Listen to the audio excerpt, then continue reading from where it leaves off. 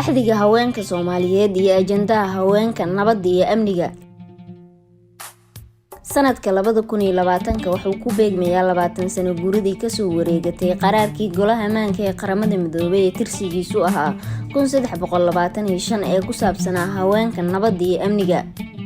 Qaraarka 1325 iyo dhammaan qaraaradii ka dambeeyay waxay ku baaqayeen dadaalada wax lagaga qabanayo saameynta gaarka ah ee colaadu ku leedahay haweenka, sidoo kalena kor loogu qaadayo kaalinta muhiimka ah ee haweenku kaga jiraan nabadeynta.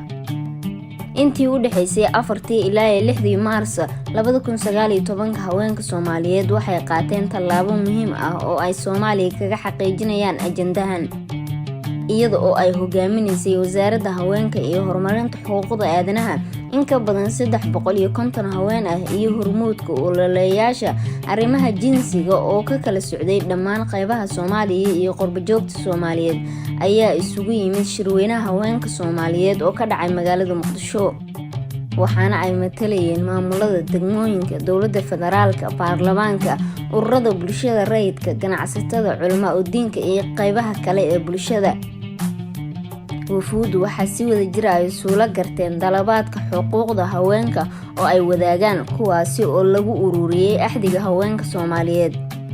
Qaraarka ayaa wuxuu ka kooban yahay ahmiyadda ay haweenku ka leeyihiin arrimaha haweenka nabadda iyo amniga, sida in si siman looga wada qayb qaato geedi socodka siyaasadda iyo nabadeynta iyada oo la raacayo qoondada 50%,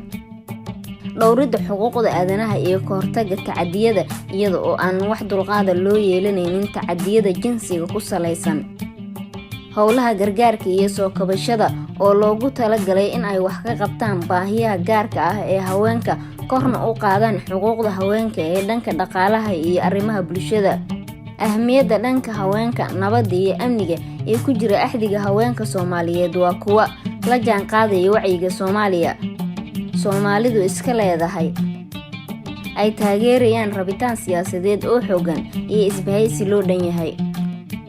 Si Soomaaliya looga xaqiijiyo ajandaha haweenka nabadda iyo amniga, waa inaynu xaqiijinaa hirgelinta axdiga haweenka Soomaaliyeed.